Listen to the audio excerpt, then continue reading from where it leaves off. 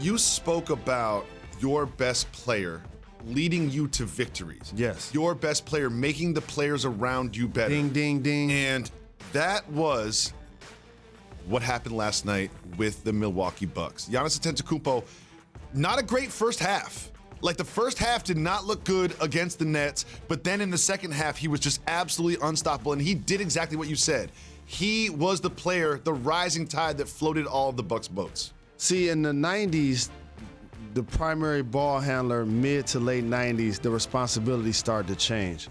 With guys like Gary Payton, Stephon Marbury, Allen Iverson, Rod, not necessarily Rod, but those three guys that could possibly lead the team in shot attempts, points, and assists. Normally, the role of that person was to feed the other 14 guys. And the reason why I bring that up is because that became a perimeter-driven league. Mm-hmm. And then it became a wing-driven league with guys like LeBron and Kobe and D. Wade and Kawhi Leonard, Kevin Durant. But now it's been a resurgence of the dominant bigs. Joel Embiid led the league in scoring last year. You just saw Jokic. We just talked about Jokic. We're showing Giannis right now. And the numbers that Giannis has put up, he had like almost 90 points in the last 2 games. And you give him the ball on the post, and he goes one-on-one. Too small. With all respect to Ben Simmons, he doesn't have a chance. But this is like in a fight when you've been given body blow, and that was the headshot. That's why he did it just too small. And that's going to be an issue for the Nets all season when they go against other bigs that can pound the paint. And Giannis is going to be that figure that always does that when they see him. I clearly see that. So now it's time, like we did last time. We celebrated the winning team. Let's talk about the losing team. Okay. Nets, so far, Jalen Rose. I love Ben Simmons, and I love Ben Simmons' game. And I believe that Ben Simmons, in 2 months, 3 months, will be the old Ben Simmons that we saw before. And I believe in this Nets team long term. Will I still believe in 2-3 months like I feel like I will? So what do you believe? I believe that Ben Simmons is in a perfect basketball position for his skill set.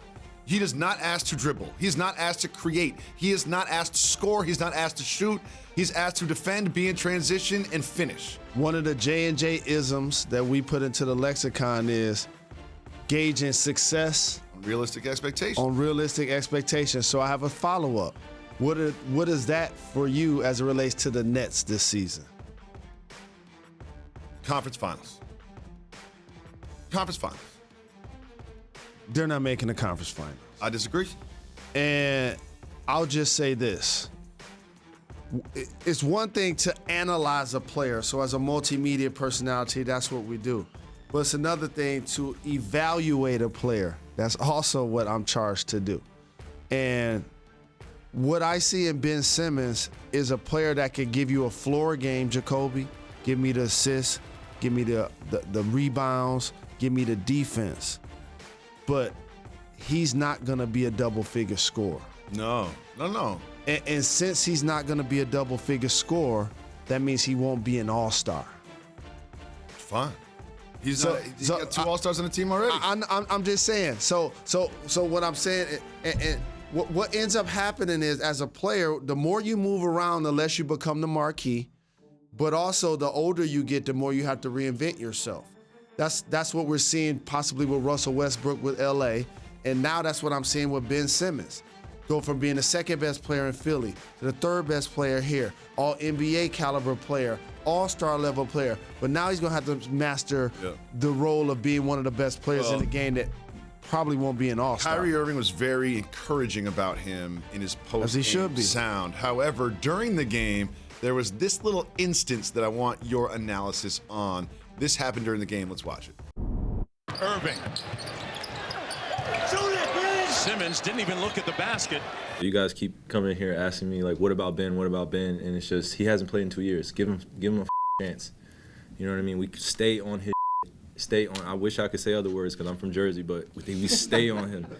And, like, you should stay on him. And we're just here to give him positive affirmations while he's out there and just let him hoop. Interesting. He yelled, "Shoot it, Ben," at him. And I didn't even think that was even a great shot. Not like he had an open layup or anything. Like, he was kind of in traffic. Well, you know this. Anybody that's played and been around the game for so very long, there's certain isms that happen during the game. And when you create a shot for somebody, You want them to shoot it. you want them to shoot the ball. And that's just a function of an orchestra, right? Everybody has to move in sync. The band has to be with the trumpet, has to be with the piano, has to be with the songstress. Like, everybody has to be in unison, and you need them to shoot that. But some of these isms, like open for a reason or he with us, like, those are psychological. And like I've said from the beginning, as long as I see Ben shooting free throws and threes with his left hand, but shooting running hooks and layups with his right hand, that psychological barrier for me is why he doesn't have the confidence to attempt shots outside of the paint. Thanks for watching ESPN on YouTube. For live streaming, sports, and premium content, subscribe to ESPN+.